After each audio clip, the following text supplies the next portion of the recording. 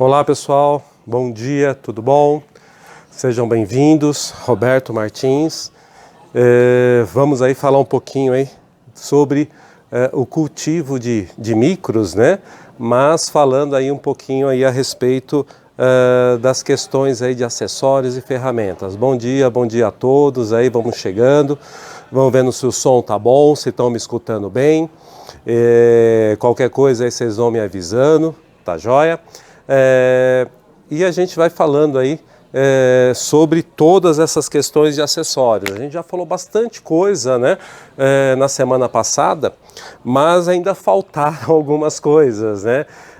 Como a gente fala, não são muitas ferramentas que a gente utiliza, mas é bom a gente ter sempre à mão, né? Porque muitas vezes ali a gente, na hora de cultivar as nossas orquídeas, a gente acaba passando alguns perrengues, né? E ali a gente falta uma ferramenta, falta alguma coisa.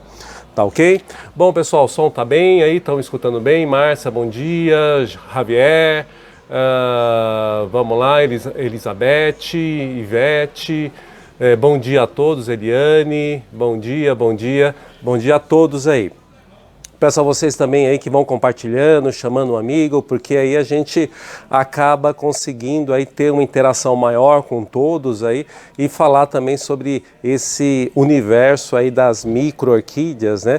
Que acaba fascinando bastante, né? A gente tem ficado muito contente aí com o retorno, com o feedback de vocês aí, principalmente aí com relação ao cultivo, né? E também o sucesso que muitas pessoas aí estão tendo. Eu agradeço muito aí pelo feedback e eu fico muito contente, ainda muito feliz aí em saber que dentro do conhecimento que eu adquiri, eu estou conseguindo ajudar vocês aí no cultivo, para que vocês também tenham sucesso, para vocês poderem aí também de alguma forma, dentro da minha experiência, do meu dia a dia, conseguir influenciar vocês para que o sucesso chegue, né? E a gente fica muito feliz com isso. Até esse final de semana, né, para vocês terem a extensão como que a gente está conseguindo aí, eu encontrei um amigo, Sérgio, né, lá de Pernambuco, né? E ele falando que assim, ele visitou Rio Claro, né, a exposição de Rio Claro no ano passado. E aí quem teve a oportunidade de visitar a exposição de Rio Claro, no ano passado eu montei uma bancada bem na entrada da exposição com micro-orquídeas. E ele vendo aquela bancada, né, de micro-orquídeas, ele se influenciou para aquilo e ele gosta de quê? Ele gosta de catleias, macrobulbos, são plantas todas grandes, né? Mas dentro do orquidário dele lá em Pernambuco, ele montou um espaço para cultivar micro-orquídeas e hoje ele já está cultivando micro-orquídeas, né? Então vocês vejam, isso é uma coisa que deixa a gente muito contente aí em saber que todos aí já estão começando a se influenciar e gostar e cada vez mais cultivando micro-orquídeas. É lógico que dentro da cidade a gente acaba tendo aí uma grande facilidade também e também uma necessidade pela questão dos espaços menores, né, que nós temos aqui, mas assim, hoje a gente vê que já tem bastante gente aí conseguindo cultivar micro-orquídeas dentro de casa, dentro do apartamento.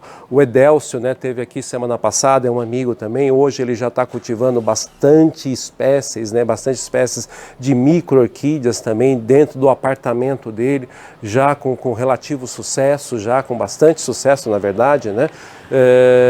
E isso deixa a gente muito contente, né? Porque todos vocês aí sabem da nossa da dificuldade que se tinha antigamente, principalmente da gente conseguir apresentar as micro-orquídeas dentro de exposição. A gente tem um espaço para mostrar as micro-orquídeas e isso a gente já está ficando muito feliz, porque cada vez mais isso, o espaço nosso está aumentando e a gente está conseguindo conquistar e ter sucesso no cultivo, porque é uma coisa que é uma dificuldade que eu tive, a maioria de vocês tem, essa informação sobre o cultivo de micro-orquídeas, ela é muito pequena, né? Ela não tem aí muita coisa à disposição.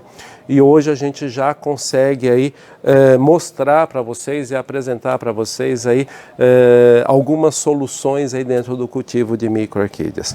Tá ok? Então agradeço muito a vocês, agradeço muito a divulgação e vamos continuar aí nessa nossa caminhada aí, cada vez mais aí mostrando, apresentando e divulgando as nossas queridas micro-orquídeas. Tá ok, pessoal? Bom, como de praxe, vamos mostrar um pouco do que está florido aqui em casa, né? Para que vocês aí possam ver também o que a gente tem de diferente aí dentro de orquídeas e micro-orquídeas. Beleza? Bom, pessoal, o que eu quero mostrar para vocês, vamos começar aqui a nossa Phalaenopsis, né? Que eu mostrei semana passada. Ela ainda não estava com todas as flores abertas, né? Nesse pequeno buquê dela aqui, né? Então hoje ela já está aí mas praticamente com todas as flores abertas, né? Já aí a nossa querida Phalaenopsis parish, né? Então uma plantinha aí pequena, com uma floração bem bacana, e essa daqui ela já, para vocês terem uma ideia, as primeiras flores já estavam abertas na semana passada, e já tem uma semana e ainda tem um botão para abrir e as flores ainda continuam muito bonitas. Então é uma planta aí que também tem uma duração muito grande, né? A floração dela. Uma outra planta bem bacaninha que eu gosto, ela é da família ali do grupo, da família não, desculpa, né? Ela pertence ali aos dendróbios pequenos de lugar quente, né? E é o Pachyphyllum, né? Muitos de vocês já conhecem, a florzinha mais branquinha, mais clarinha. Esse daqui é o Himeranthus, né? Então ele tem uma flor, ele também é uma flor pequena, tá? Só que a diferença é que ele tem um amarelo no labelo, ele tem uma mancha amarela no labelo e ela é uma flor mais amarelada, né? Então essa é a diferença que a gente tem esse daqui é o Himeranthus, né? Então uma plantinha pequena, cultivada em leque, se desenvolvendo muito bem, e aí ela gosta só de uma região, no local mais quente, um pouco mais seco, tá ok? Uma outra planta aqui bacana, que normalmente aí agora já está começando a floração dela, e ela é uma monopodial, né? Então isso daqui é o Microteranges, né? Esse daqui é o Iberante. Esse daqui, ela tem até um leve perfume, ela é levemente perfumada. Então, ó, vocês vejam, ela é monopodial e aqui as hastes florais dela, ó. Então são todas florzinhas aí diminutas, né? Muito pequenininhas, né?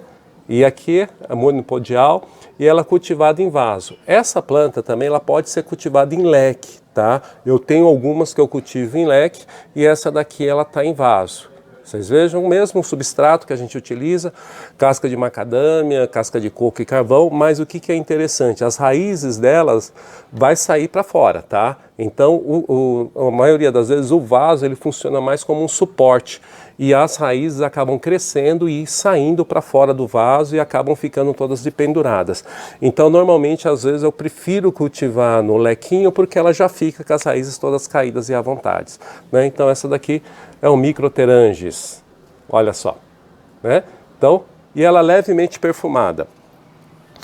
Uma outra planta muito legal que eu gosto, essa daqui é uma planta que eu tenho na coleção aqui, né? Então eu mostrei para vocês semana passada a Sidéria japônica, certo? Essa daqui também é uma Sidéria japônica, tá? Só que diferente daqui do Brasil, normalmente aqui no Brasil a gente olha muito a flor da planta, tá? E no caso, no Japão principalmente, o que eles observam? Claro, a flor, mas a flor ela vem em segundo lugar. Normalmente eles gostam muito mais da parte vegetativa e da parte de raízes da planta. Então essa daqui é uma variedade da Sidéria japônica, é uma variedade Minaru, tá? E ela tem, o que ela tem de diferente? Ela é uma planta mais atarracada. As folhas dela são arredondadas, então são todas redondas, ó, você pode ver redonda e bem atarracada. A floração dela é bem curta e as flores ficam bem juntas, né? Olha, essa daqui é uma planta que eu tenho, né, da coleção e ela é a Minaru, né? Ó, vocês vejam, folhas bem arredondadas, a planta é bem compacta e as flores aqui também bem compactas, né? Praticamente as flores são iguais, o cheiro, o perfume é todo igual.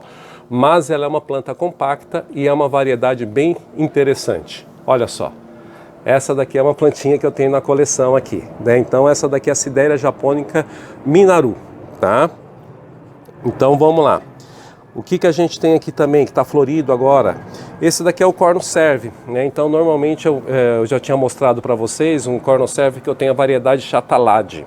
A Chatalade, o vermelho, ele é mais escuro, é bem escuro. Esse daqui é o corno serve normal. Então, é um vermelho, mas é um vermelho mais esmaecido, vamos dizer assim, né? E diferente do corno serve variedade Chatalade,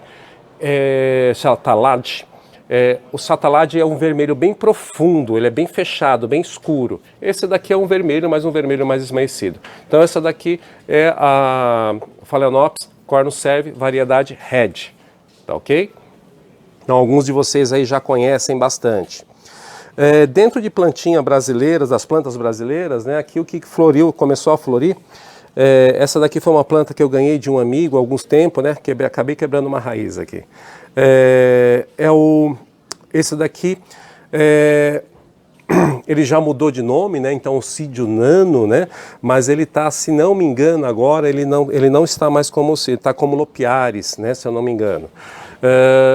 Que já mudou tantas vezes, a gente já até vezes se confunde qual o nome que está válido, né?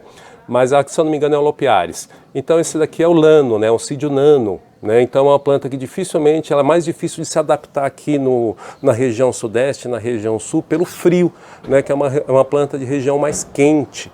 Então eu deixo ela aqui na frente, no local aí que bata bastante luminosidade, boa ventilação. Mas aqui essa planta eu peguei, ela estava com 2 folhinhas, esse ano já saiu mais uma folha e a floração já veio aqui, tá ok? Então o ano passado ela floriu e esse ano está florindo novamente. Uma outra coisa bacana, que normalmente assim a gente não mostra, não é muito comum em coleções, é isso daqui, tá? Isso daqui é o Micróquilo arietimus, né? Então é uma orquídea terrestre, né? Então vocês vejam que ela está com 1, 2, 3, 4, 5 frentes, né? E dentro dessas 5 frentes, 2 ainda vão sair flores, mas 3 já saíram flores aqui, ó. Então essa daqui é o Micróquilus arietimus, né? Então é uma orquídea terrestre, né? Que a gente chama de terrestre. Ah, Roberto, mas a terrestre é micro, não é micro? A gente coloca ela numa outra categoria, né? A gente acaba chamando ela de orquídeas terrestres, porque muitas delas são plantas grandes e flores diminutas, então elas não entram dentro de uma categoria de micro-orquídeas, mas sim como terrestres, tá ok? Então esse daqui é o Micróquilo arietimus. Então ele está aqui, ó, com 3 flores, 3 buquês, né, 3 hastes florais e as florzinhas dele aqui começando a abrir. Tá ok? Bom, tem mais algumas coisas aqui, depois a gente vai mostrar para vocês, né? Mas vamos lá dar sequência dentro da nossa apresentação, falar um pouquinho aí de ferramentas, né? E eu acho que isso cada vez... tinha esquecido de uma planta. E essa planta eu quero mostrar para vocês. Essa daqui, ó, lembram semana passada que eu mostrei para vocês o Paraphalaenopsis, né? Então, Paraphalaenopsis serpentilíngua. E aí eu comentando com vocês que essa daqui é uma das menores das Paraphalaenopsis, correto? E para vocês compararem, eu resolvi trazer, que floriu aqui também, a Paraphalaenopsis lambuquense, tá? Então, para vocês verem aqui, ó, o tamanho da planta, né? Então, ó, essa daqui é a folha, ó, o tamanho da folha dela, está cultivada num vasinho desses perfurados, né? E aqui, ó, o tamanho da flor, né? Então ela faz esse buquê lindo, maravilhoso, né? Então esse daqui é um Paraphalaenopsis também. Mas vocês vejam, em comparação, como a gente fala, em todo gênero tem a planta grande e tem as micros também, né? Então vocês vejam, em comparação, serpentilíngua, né? O tamanho dele e o tamanho desse outro Paraphalaenopsis aqui, ó. O tamanho que ele fica, que é enorme, né? Muito grande. E essa planta aqui é uma planta jovem ainda, né? Essa daqui é uma planta jovem. Eu acredito que ela esteja florescendo, pelo menos comigo está florescendo pela primeira vez, mas eu acredito que seja a primeira floração dessa planta também. Então vocês vejam que assim, quanto mais velha, ela vai ter mais flores depois. Então na próxima floração provavelmente vai ser um buquê enorme aqui, que normalmente um buquê aí com 15, 20 flores, né? Então esse daqui é o Paraphalaenopsis lambuquense, tá ok? Olha lá. esse daqui é muito, muito bonito. Eu gosto bastante desse gênero Paraphalaenopsis, né? Pela questão aí as folhas dele, diferente do Phalaenopsis, a folha dele é semiterete, tá ok? Eu só queria que você visse a câmera do YouTube, se ela tá bacana. Tá bacana, né? Então tá jóia. Bom, pessoal, vamos lá. Na semana passada, a gente terminou falando um pouquinho ali quando a gente estava no cultivo de madeira, né? Como que a gente faz em cima de madeiras, né? Então, em cima dos tronquinhos de madeiras, como que a gente ali no caso do Sansão do Campo, como que a gente faz com que a casca dele não caia, né? Que normalmente ali é um problema muito grande com Sansão do Campo, quando a gente vai plantar a orquídea, né? As micro-orquídeas ou até orquídeas maiores no Sansão do Campo. E como a gente comentou na semana passada, eu posso usar o arame, né? Então pego aí a questão do arame, né? E utilizo o arame para amarrar ali o Sansão do Campo, né? Tanto na base quanto em cima, né? Para que essa casca não caia. Tá ok? E eu posso fazer isso também no tronco, né? Então, quando eu pego o tronco redondo, né? Um tronco redondo, eu também posso fazer da mesma forma para segurar a casca. Tá ok? A gente estava falando, agora vamos falar um pouquinho ali daquela questão como a gente fala de fixar a planta, né? Então eu tenho a madeira, vou utilizar a madeira, mas peraí, como é que eu fixo essa planta? Como é que eu vou colocar essa planta na madeira? O que eu utilizo ali de ferramentas para que eu possa fixar essa planta? Então vamos lá. Quando a gente vai utilizar para fixar as plantas, a gente tem duas opções. Eu utilizo normalmente esses fios, né, como eu mostrei para vocês semana passada, esses fios de rede, esses fios de telefone, né? Mas vocês vejam bem, é um fio de telefone que ele tem a parte sólida dentro, tá? Então não é qualquer fio. Você vai pegar ele e vai dobrar. Se ele ficar da mesma forma, ele é rígido, ele não é mole. E se ele for mole, não serve para você amarrar a planta. Então tem que ser esse mais rígido. Normalmente é cabo de rede ou alguns cabos de telefone. Então eu descasco ele e eu utilizo esses fiozinhos. Então eu posso utilizar isso daqui para fixar a planta ou para fixar o esfagno, tá? Normalmente eu utilizo mais esses fios aqui para segurar as plaquetas, né, as plaquetas de identificação e a fixação de plantas maiores. Então, quando eu pego plantas maiores, aí eu utilizo normalmente o arame. Mas quando são as micro-orquídeas, orquídeas pequenas, eu normalmente para fixação eu uso uma linha de poliéster. Então, essa linha aqui de poliéster, linha 100% poliéster. Tem muitas pessoas que falam assim, mas eu uso algodão, eu uso aqueles cordões de algodão, aqueles cordões para ser utilizado, eu uso elástico, aqueles elásticos de pesca. Pode utilizar, de qualquer forma você pode utilizar. Eu prefiro linha, tá? Eu particularmente uso linha, mas eu conheço muitas pessoas que usam aqueles elastanos, né? É um elástico que usa para amarrar isca, para amarrar no anzol, então utilizam muito ele ou utilizam cordão. O cordão aqui para mim, o que aconteceu? Muitas vezes ele acumulava água e ele quebrava antes da raiz estar totalmente fixada. Por quê? A gente usa muita umidade para micro-orquídea. Então a linha de poliéster, ela aguenta muito mais. E a linha de poliéster, por ela ser fina, eu consigo na micro-orquídea direcionar ela melhor, colocar na planta, porque muitas vezes você precisa passar por cima da planta, né, para ter uma fixação muito bacana. E quando você fala o cordão de algodão, ele é grosso. Então, para uma catleia, para um epidendro, para plantas maiores, vai funcionar tranquilamente, vai ser muito bacana. Mas quando a gente entra em plantas menores, né, normalmente a linha ela faz com que você consiga passar por entre a planta sem ter nenhum tipo de problema. Tá ok? Então, por isso que eu prefiro a linha de poliéster. E ela não deteriora com o tempo, né? Então, muitas vezes ali você fala assim, Roberto, mas ela vai ficar muito tempo ali nessa planta? Fica. Mas depois que a planta estiver fixada, você vem por trás da madeira, né? Então você pega a madeira aqui por trás, né? Normalmente aqui por trás, você passa uma tesoura, corta e vai tirando linha a linha. E aí depois solta toda e a planta fica fixa na madeira e pronto, né? Não fica aquelas linhas feias aqui. Se você quiser fazer isso, não tem necessidade, mas se você quiser, você pode fazer dessa forma, né? Então eu utilizo linha de poliéster. Tá? Então aqui a gente, para fixar a planta, a gente pode utilizar tanto esses arames ou aqueles arames mais grossos, né, que normalmente utiliza. É sempre o que eu falo, tudo é proporcional, tá, gente? Então se você vai fixar uma catleia, você pode usar um arame grosso, ou aquele arame, né, que normalmente a gente vê muito em orquidário, que ele é um pouquinho mais largo, ele é verde e ele é mais forte, né, mais firme. Para você fixar uma catleia, para você fixar um epidendro, para você fixar de repente até um bulbofilo, ok, muito bom, ele serve, ele é ótimo. Mas vocês imaginem você usando aquilo lá, ou aquela ferramenta, para você fixar tipo uma capanêmia, né? Para você fixar um pleurotalis, para você fixar uma octoméria pequena. Na hora que você der o primeiro aperto, você parte a planta, né? Então acaba sendo um material para micro-orquídea muito grosseiro, vamos se dizer assim. Então por isso que eu prefiro esse tipo de material, esses fios mais finos e linha de poliéster, tá ok? E nada impede que vocês utilizem esse outro que vocês tenham em casa, mas eu acho ele muito mais difícil de você manobrar na hora que você está fixando a planta na madeira. Bacana? Então tá jóia. Então assim, e no caso, outro material que a gente utiliza muito quando a gente vai fixar as plantas é o nosso conhecido esfagno.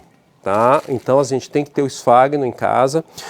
Eu tenho dois tipos de esfagno, aqui normalmente eu tenho o esfagno nacional, que ele tem uma fibra que não segura muito a umidade, vamos se dizer assim, e também tem o esfagno que você já conhece, o esfagno chileno.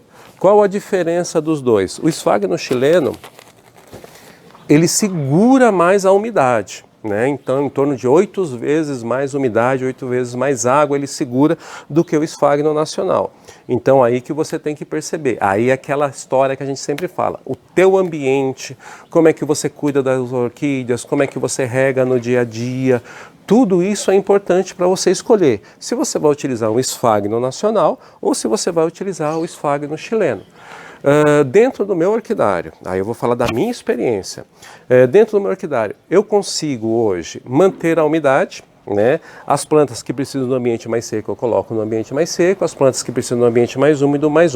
Bacana? Bacana. Então o que acontece? Eu prefiro utilizar muito mais o brasileiro, porque eu não tenho problema se eu regar em demasia, porque quando chega no verão, às vezes a gente tem que regar todo dia. No chileno, se eu colocar em algumas plantas do chileno, tem plantas que eu não vou precisar regar todos os dias. Então eu já tenho que começar a separar essas plantas. Então, para mim, como eu já comecei trabalhando sempre com o nacional, então eu mantenho o nacional até hoje. Então eu utilizo muito mais o nacional. Em vaso, em algumas plantas, aí eu uso o chileno, que são algumas plantas que gostam de mais umidade, de segurar mais essa água, vamos se dizer assim.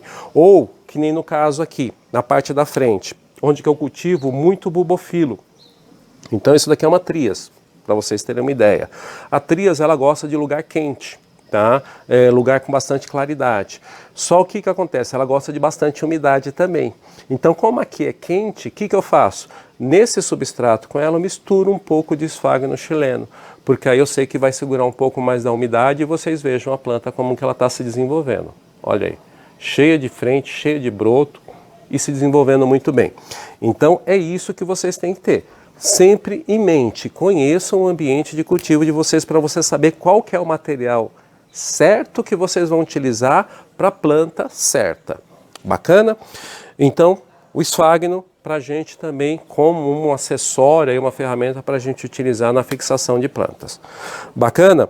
Aí a gente entra também na questão... uma coisa muito importante para se falar em madeiras, tá, gente?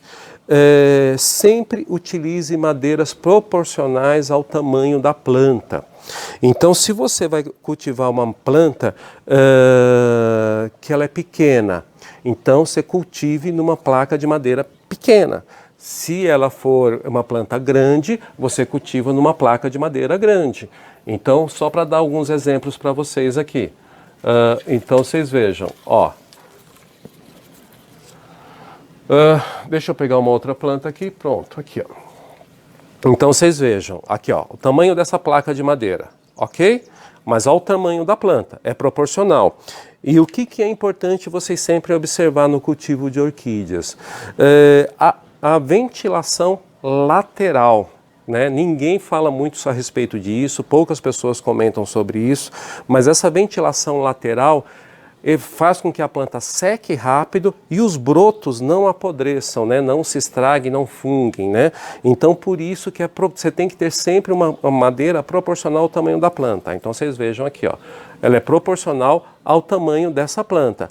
Mesmo que essa planta ela seja pequena, então eu vou plantar primeiro numa madeira pequena e depois eu vou colocando numa madeira maior. É que nem no caso aqui, olha, aqui eu já tenho uma sonderana, então ela é pequenininha, ó, então eu tenho que usar uma madeira pequena. Ah, Roberto, mas a planta vai crescer. Conforme ela for crescendo, você vai mudando de local, ou você vai colocando ela em cima de uma outra madeira. Tá ok? Porque se ela perder essa ventilação lateral, ela acaba fungando, você vai acabar tendo problemas de doença, e aí não adianta muita coisa, tá? Você vai acabar gastando de uma outra forma. Ou perdendo, o que é pior, né? Muitas vezes você chega até a perder a planta, né? Hoje aqui no Brasil a gente tem poucas opções de cultivo, né, de madeira, né? A gente utiliza madeira reciclada, troncos, né, fatiados, né, são dessas formas, dessa forma aqui no Brasil. Mas eu acredito que em pouco tempo aqui no Brasil a gente vai ter uma outra opção que é o plástico também. Tá? Que lá fora já existe essa opção de plástico. Para vocês terem uma ideia, o que eu quis trazer aqui? Porque muitas vezes o pessoal fala assim, ah não, tem que ser madeira porque madeira a planta gosta, porque madeira é isso, madeira... Não, a madeira, a orquídea, ela usa como suporte. Simplesmente isso, é um suporte que ela utiliza.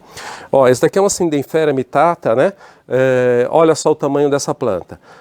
Então vocês vejam aqui, ela está aí com tem mais de 30 folhas, está começando a floração, acho que na semana passada eu já consigo mostrar para vocês as flores abertas. Ela está aqui ó, com 1, 2, 3, 4, 5, 6, 7, 8, 9, 10, está com 10 hastes florais. Né? Mas, e vocês vejam, a planta super saudável, cheia de raízes e se desenvolvendo, olha aí a questão da floração que vocês estão vendo, a raiz. Mas o que eu quero mostrar para vocês? É isso daqui, ó. Como que eles cultivam lá fora? Isso daqui é uma placa de plástico perfurada, olha só. É uma placa, ela está cheia de furos, é uma placa perfurada de um plástico que neutro, né, um plástico preto. E aí, provavelmente é o mesmo plástico que é utilizado para fazer vasos, né? Então o plástico aqui perfurado, a planta está fixada nisso. E ó, como que ela para? As raízes todas saindo, né? Se desenvolvendo bem, a planta crescendo, aí ó, o tamanho da planta, a quantidade de raiz, você vê que a planta está saudável, ou a quantidade de raiz, e simplesmente numa placa de plástico. Então aqui no Brasil, de repente, ali a gente ter algumas ideias, passar aí para o pessoal que fabrica aí vasos plásticos ou essas coisas, para fabricar esses tipos de placa, né? Essas placas perfuradas aí, que é uma opção para a gente utilizar hoje no dia a dia, principalmente com relação a madeiras, né? A tronco de árvores, então a gente ter essa opção. Esse tipo de plástico também é utilizado muito para quiloquistas, né? Tanto para quiloquistas como algumas plantas aí como essa, Cindenfera mitrata, também utilizada aí com bastante sucesso e a planta se desenvolve, que é uma maravilha. Então vocês vejam, a gente tem essas outras opções que a gente pode utilizar também, não simplesmente, ó, tem que ser madeira, não. A madeira que hoje, a madeira aqui no Brasil ainda é barata, né? E a gente encontra aí madeira de demolição, ainda bastante material disponível. Mas a gente acredita que em breve esse tipo de material, esse plástico, a gente ainda vai ter disponível aqui para utilizar na fixação das nossas orquídeas. Bacana? Uma outra opção que a gente tem aí para cultivar as orquídeas são os leques de madeira. Tá? Então isso daqui também é uma outra ferramenta que a gente tem que ter no nosso orquidário, para que a gente possa colocar na planta. A gente tem que ter uns leques pequenos e alguns leques maiores. Qual que é a vantagem que o leque de madeira tem com relação à placa de madeira? Então os dois são muito bons. Tá? Mas esse daqui tem uma vantagem. Qual que é a vantagem? A ventilação. tá? Porque ele é todo vazado, como vocês sabem, né? O leque é todo vazado. Então o leque, ele tem muita ventilação. Então assim, mesmo uma planta pequena, né, como a gente estava mostrando aqui, tanto esse dendróbio, né, o himeranto, ou como o Phalaenopsis, né, que eles precisam de bastante ventilação, não tem problema que o leque seja um pouco maior. Por quê? Porque ele tem essa ventilação, né, lateral. E ali também serve como um suporte para as raízes. As raízes vão se enroscando, vão crescendo e vão se desenvolvendo. Então um leque de madeira é uma ótima opção aí para o plantio também. O que você vai utilizar? Normalmente quando a gente vai utilizar leque, aí não tem como utilizar linha, né? Não tem jeito para a gente utilizar ou para a gente fixar a planta. Aí normalmente a gente usa esses arames, né, para fixar a planta. Aí tem que ser o arame mesmo, porque aqui não tem jeito.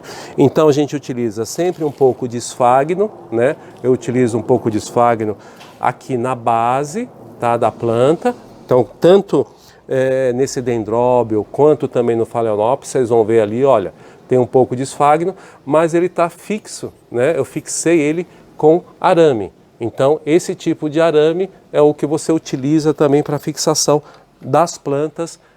Quando é leque. Leque não tem jeito. Leque a gente vai utilizar esse araminho, a gente passa aqui, prende a planta, dá um nó, cuidado para não apertar muito, senão vai estrangular a planta.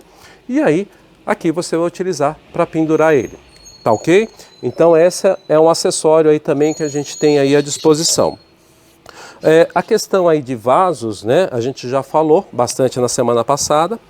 Quando a gente fala em madeira também, muitas vezes a gente tem madeira que ela não tem essa ranhura, né, natural, ou não tem esse desgaste natural, que normalmente aí a gente utiliza, a gente acha aí para as madeiras de reciclagem, né? Então muitas vezes a madeira ela está aqui como nessa parte de trás, ela está lisa, né? Então isso daqui muitas vezes atrapalha um pouco a fixação da raiz da planta, porque quando ela está seca ela está fixa, mas quando molha o velame dela às vezes não fica bem aderido a essa madeira. E aí o que eu tenho outra ferramenta para mostrar para vocês? É isso daqui, tá?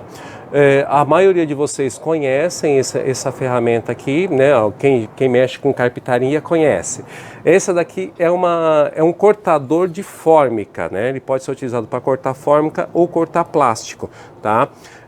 E eu utilizo ele para riscar a madeira. Então eu pego ele aqui, porque ele tem uma ponta aqui do metal muito duro, né? E aí eu uso ele para riscar essa madeira. Então eu faço aqui, faço várias passagens, vou riscando a madeira, né? Então risco, posso riscar em várias posições, né? Não simplesmente só de um lado, risco de outros lados, aqui faço vários riscos, uma série de riscos. E a madeira que era lisa, ela passa a ser áspera. E aí a orquídea se fixa melhor. Então isso você pode fazer tanto nessas madeiras maiores quanto em madeiras menores. Cuidado!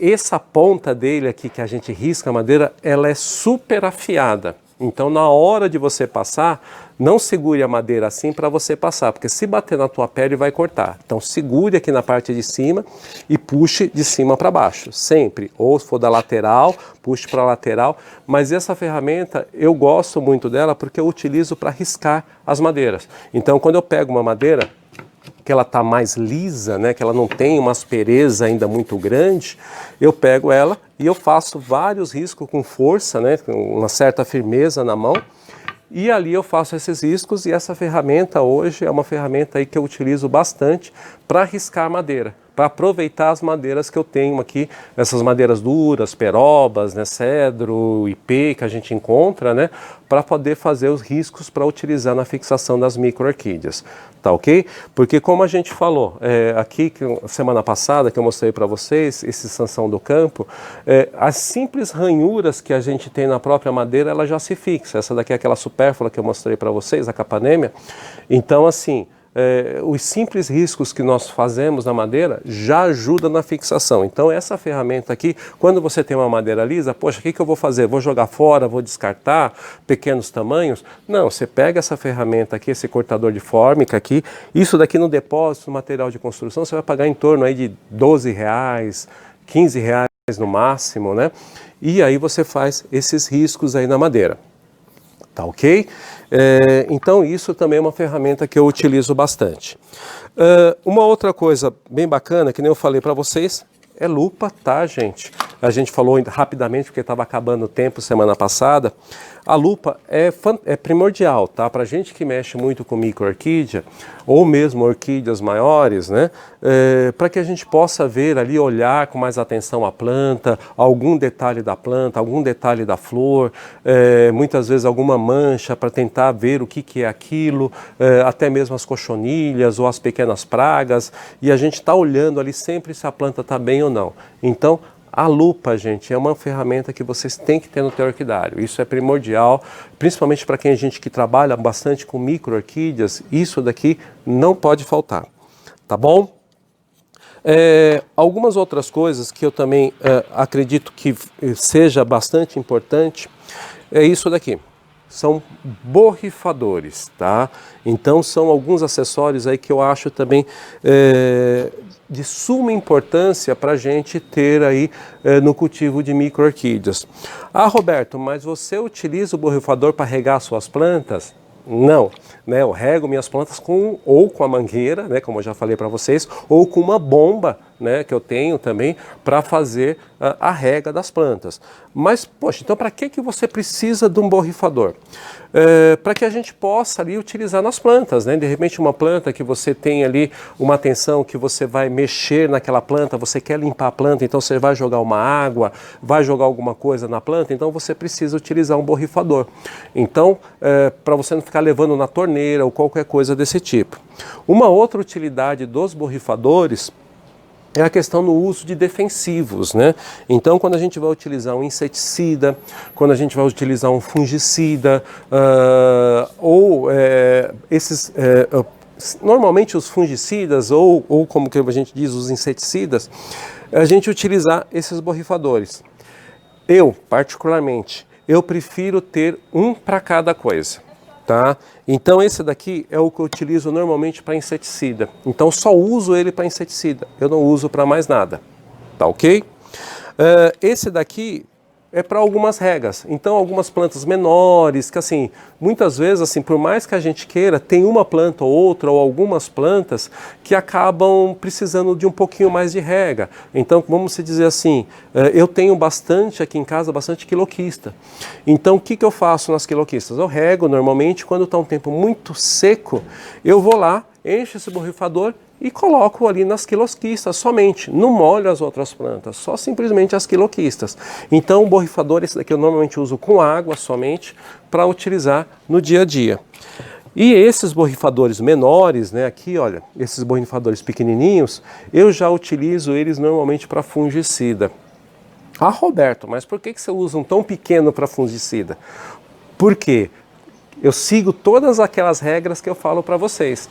Então, plantas infectadas aqui em casa, praticamente eu não tenho. Quando aparece uma, ou duas, ou três plantas, isso daqui é o suficiente para eu aplicar na planta. Vocês entenderam? Então, por isso que é muito importante aí a questão de ventilação, a questão aí da luminosidade, você não ter plantas muito juntas, observar as plantas atentamente sempre, porque assim, o uso de defensivos você diminui. Olha, eu praticamente diminui aí a 95%, 96% o uso de defensivos. Não utilizo mais em todas as plantas, só uso em plantas pontuais. Então, assim, por isso que eu utilizo isso separado. Um para inseticida, um para fungicida, um para água quando eu preciso. Então, esses materiais aqui, esses borrifadores, eu utilizo também com muita frequência, tá? Então, é um material aí que a gente também precisa ter no nosso orquidário, tá ok?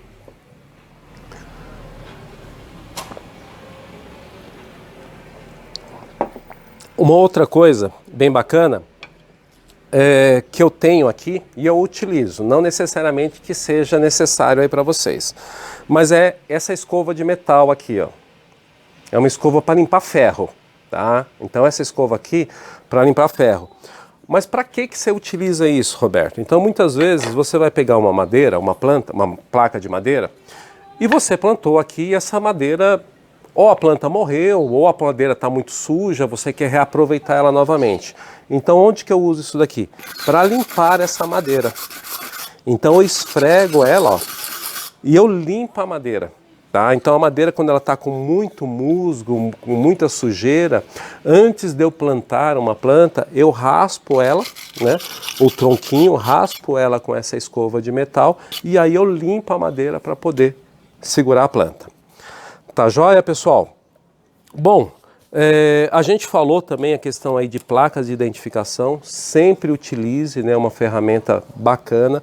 Você pode utilizar tanto o lápis, né, normal, um lápis preto, para você escrever os nomes da planta, quanto você pode usar essas canetas, né, marca-texto, para escrever o nome das plantas. Mas sempre identifique, não importa o que você vai usar para escrever, mas sempre identifique suas plantas, tá bom?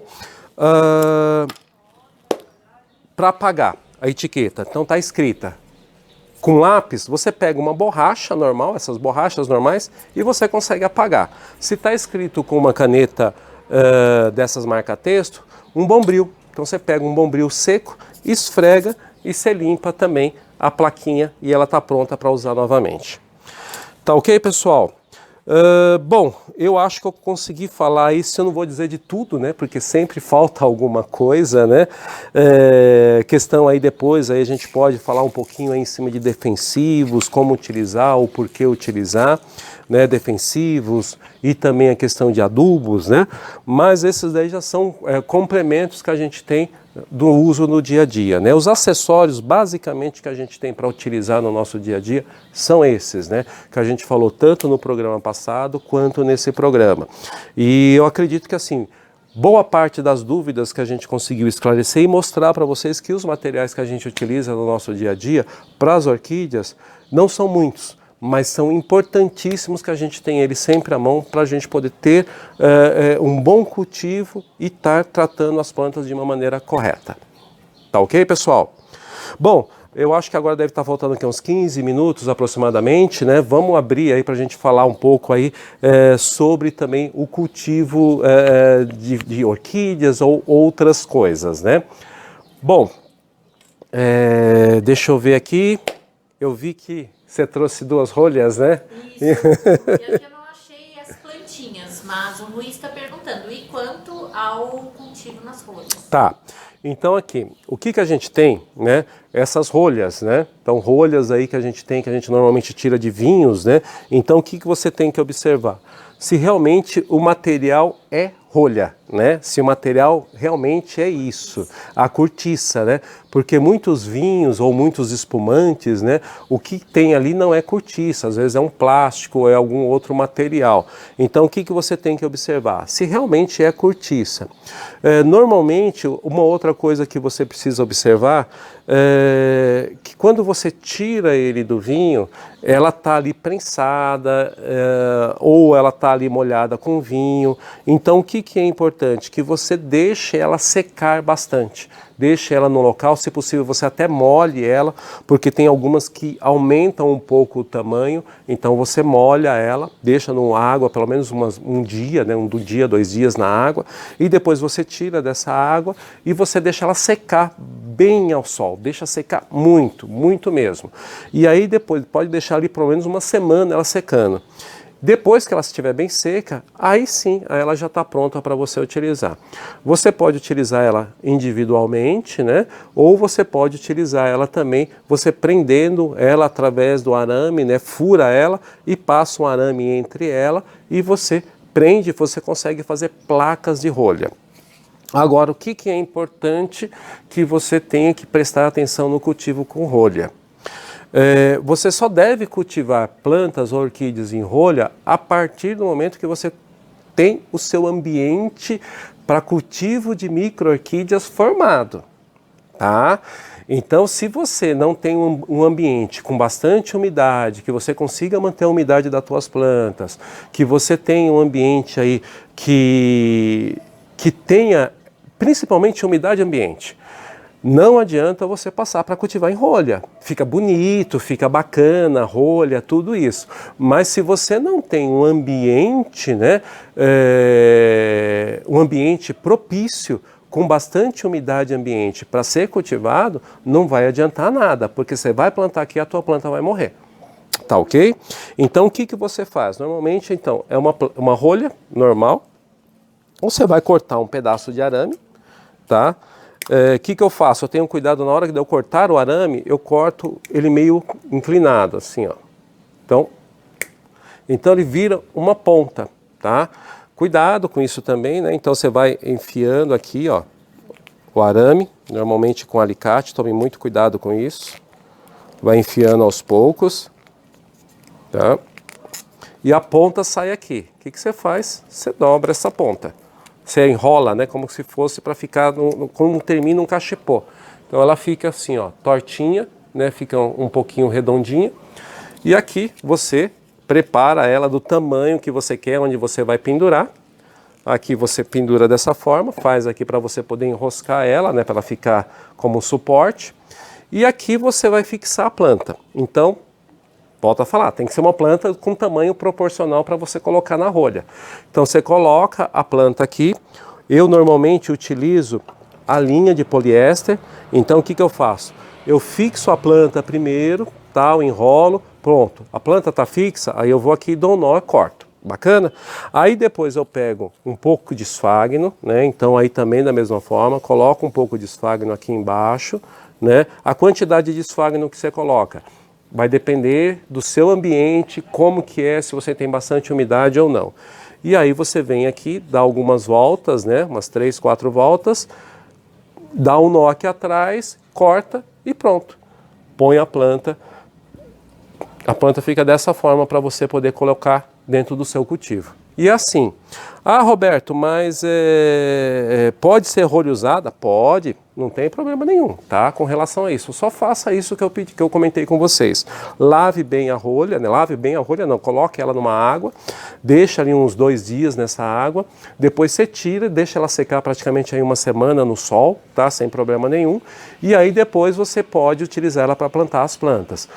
É lógico, você não vai pegar a planta que tá, a cortiça que está no sol ali, esturricando e já colocar a orquídea, porque vai ter um problema. Então você tira ela, guarda no teu local e deixa ela ali pegar um pouco mais de umidade e ali você, depois você planta ela, esfria ela, planta normalmente. Se você quiser até molhar ela antes de plantar, também é indicado.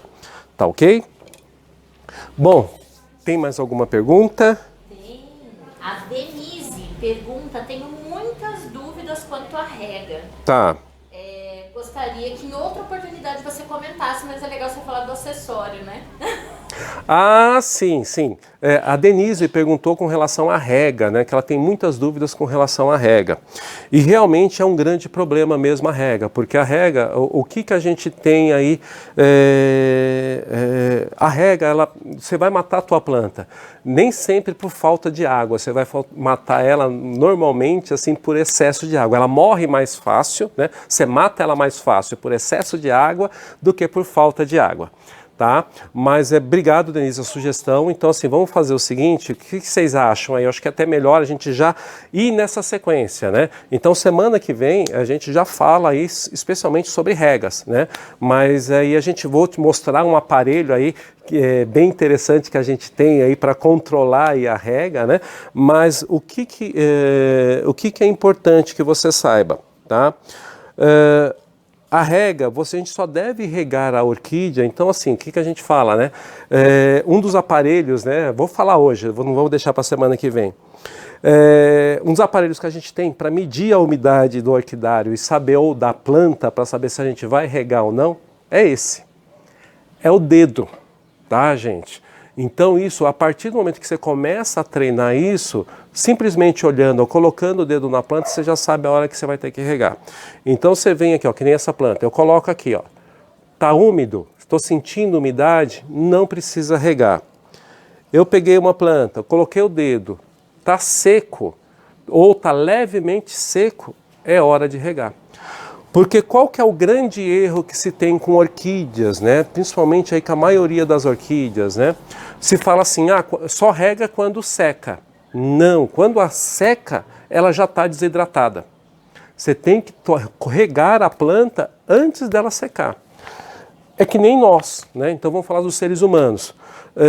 Quando a gente bebe água, quando a gente está com sede, Mas quando a gente está com sede, a gente já começou a desidratar. A gente tem que beber água antes de estar com sede. Porque quando a gente bebe água por estar com sede, a gente já começou a desidratar.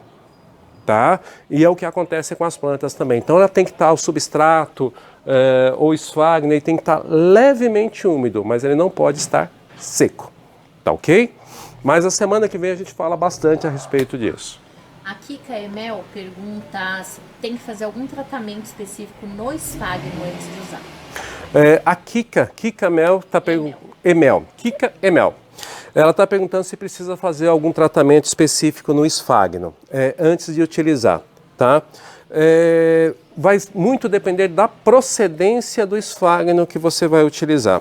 Tá? Porque o esfagno, normalmente ele também acontece tanto em partes mais altas e em partes mais baixas. O tratamento normal que você pode utilizar no esfagno é simplesmente molhar. Molhar, porque muitas pessoas falam, tem que lavar o esfagno para tirar o sal. Nem todo esfagno, porque assim, o esfagno ele não sobrevive onde tem sal. Tá? Começa, pelo menos assim, aonde que tem muito sal, ele não consegue sobreviver. Então, se você vai trabalhar com esfagno que não está seco ainda, é um esfagno vivo, para você lavar ele, você molha, tá? Só para tirar ele, só uma simples limpeza. Mas um esfagno desse tipo, tá? Que ele já vem seco, ele já está seco, normalmente você já pode utilizar ele direto. O esfagno dessa forma também, o esfagno chileno, você também já utiliza ele direto. O que você precisa fazer antes? Porque o esfagno, ele tem um segredinho, tá, gente? Se você pegar o esfagno da forma que ele está aqui, tá? Que eu fiquei com ele aberto aqui, enquanto falando com as lives, aqui está muito quente em São Paulo. Se você pegar esse esfagno para utilizar agora, o que vai acontecer com ele? Ó, ele vai se partir todo, ó. Ele vira um pozinho, ó. Ele começa a se quebrar todo. Então o esfagno, para você utilizá-lo, você tem que primeiro molhar, tá? Então, normalmente, como é que eu faço? Eu tenho um esfagno que eu tenho guardado ele em sacos grandes. Então, o que eu faço? Eu vou utilizar esse daqui, então tiro uma boa porção, coloco numa sacolinha de plástico pequeno e aí eu molho ele com o borrifador. Eu venho com o borrifador, molho ele, deixo ele bem úmido. E ele fica bem úmido, aí a partir daqui que eu começo a utilizar eles nas plantas. Eu vou utilizar para vaso, ó, da mesma forma, eu molho primeiro para depois utilizar. Tá? Então é o único cuidado que eu tenho com o esfagno, é molhá-lo antes de utilizar. Porque se você utilizar ele seco, ele fica muito quebradiço. Tá ok? E é só isso que eu faço. Bacana? Mais alguma pergunta? A Eliane Ferreira está pedindo para você se puder mostrar uma planta com esfagno virada para baixo, com cultivo para baixo, para ver como coloca o esfagno. Uma planta que então deve ser uma planta pendente, vamos dizer assim, uma planta pendente. Vamos ver se eu tenho alguma planta pendente aqui. Olha, pendente aqui é a Eliane. Eliane Ferreira, você me pegou aqui, porque aonde que eu estou aqui agora, eu não tenho uma planta pendente para te mostrar. Mas vamos ver se eu tenho... tem aqui, pronto. Achei uma, tá? E achei uma outra aqui que também, ela não é pendente, mas ela tem um crescimento para baixo, né? Então vamos lá. É a Denise, né? É a A Elaine perguntou como que eu amarro a planta quando ela tem, colocar esfagno, né? Quando ela tem um crescimento pendente, né? Então, normalmente isso acontece com um gênero que é as cristensonelas, né? Então, isso daqui, olha, é uma cristensonela, essa daqui é a púmila, né? A minuta, desculpa. Ela está inclusive florida, né? Ela está aqui com algumas flores, ó. Essa daqui é a minuta, né? Então, o que eu faço? Ó, que nem essa daqui, ó. Ela já está... não está fixa ainda, mas ela está já com bastante raiz saindo na parte de cima aqui, tá? Então o que eu faço primeiro? Eu coloquei a planta, tá? Então a planta está fixa, eu fixei ela com linha primeiro, ó, tá aqui, ó, toda a linha. E aí depois a planta na parte de cima eu coloquei o esfagno aqui em cima, ó. Coloquei o esfagno aqui em cima e amarrei o esfagno em cima. Então ela fica dessa forma, tá? Então é aqui como eu planto as cristensonelas. Normalmente cristensonela é assim, porque o crescimento da cristensonela é pendente. Então o que eu faço? Fixo ela primeiro, amarro com linha, ela está fixa, ela está firme, não solta mais. Então o que eu faço? Agora eu coloco o esfagno aqui e eu prendo com o esfagno com linha e ela fica pendente. Tem até uma outra planta que eu mostrei para vocês esses dias atrás, mas, bom, tá aqui também, ó. Essa daqui também é uma planta menor, mas é a Cristensonella ferdinandia. Então, da mesma forma, ó aqui, ó. Então eu plantei ela, fixei, ó. A planta tá fixa aqui primeiro, ó. Tá fixa com linha aqui embaixo, tá? Aqui eu fixei um pouco dela, coloquei um pouco de esfagno aqui na parte de cima. Vocês vejam que a quantidade de esfagno, ó, olhando lateralmente, você vai ver que a quantidade de esfagno que tem aqui é muito pouco, certo? Mas olha a quantidade de raízes que essa planta já está desenvolvendo. Ó, vocês vejam? Então ela está desenvolvendo muito bem e aí a planta ficou pendente. Olha aí. E está crescendo para baixo, a planta já floresceu, já passou, né, a floração dela. Mas ó, o que é importante? É isso, ó, gente. Isso tudo aqui é raiz. Isso tudo a planta está se desenvolvendo. Tá ok? Uma outra aqui é uma ciantera. Essa daqui é uma ciantera recurva. A recurva, ela não é pendente, mas ela tem um crescimento repitante e aí ela vai descendo, né? E aí ela vai se desenvolvendo. Mas o que vocês vejam aqui? Ó, a quantidade de esfagno que eu coloquei, mas eu não coloco a planta, ó. Aqui é o rizoma da planta, tá? Eu não coloco o rizoma em cima do esfagno, ou o esfagno por cima do rizoma. Eu coloco o esfagno lateral do lado do rizoma e eu encosto o rizoma para a planta se desenvolvendo. O que acontece? As raízes começam a se desenvolver e começam a crescer. Olha aqui a quantidade de raiz que essa planta já tem. Olha aqui, até saindo para a parte de trás. E essa planta aqui já está plantada aqui, não tem um ano, tem aproximadamente um ano. Ó, e é uma ciantera recurva. Então é assim que eu planto essas plantas aí pendentes, vamos se dizer assim. Bom, tá com menos de 2. Bom, pessoal, Espera só um pouquinho. Vamos lá. Acho que dá tempo. O Paranhos Júnior colocou a sugestão de você fazer temas cuidando das plantas no dia a dia no orquidário. Ah, entendi. Bacana. Então, assim, vamos ver se a gente consegue fazer aí algumas lives dessa forma, né? E mostrar para vocês que é o Paranhos, né? Deu uma sugestão aí de eu mostrar o meu dia a dia no meu cultivo, plantando as plantas, olhando, observando e cuidando das plantas no dia a dia. Uma ótima dica também, Paranhos, vamos ver se a gente consegue colocar isso nas próximas lives também, tá? Mas já fica de antemão, a próxima live que a gente vai falar um pouquinho sobre regas, né? Então aí a gente já vai dar um andamento nisso. E tem umas perguntas no Facebook, mas fala pro pessoal que você responde depois, porque lá ficam as perguntas. Ah, tá jóia. Então, pessoal, no grupo, né, o pessoal ali do grupo, no Facebook, né, e eu vou ver se eu consigo já postar o vídeo também hoje no YouTube, né, depois o pessoal vai ver, e aí eu vou respondendo essas perguntas para vocês aí depois, tá ok? Bom, pessoal, obrigado aí pela atenção de vocês, espero que a gente tenha conseguido aí resolver aí, ou pelo menos mostrar bastante coisa aí diferente para vocês utilizarem no dia a dia de vocês aí cultivando as micro-orquídeas. Tá ok, pessoal? Um grande abraço e até semana que vem, às 11 horas aqui.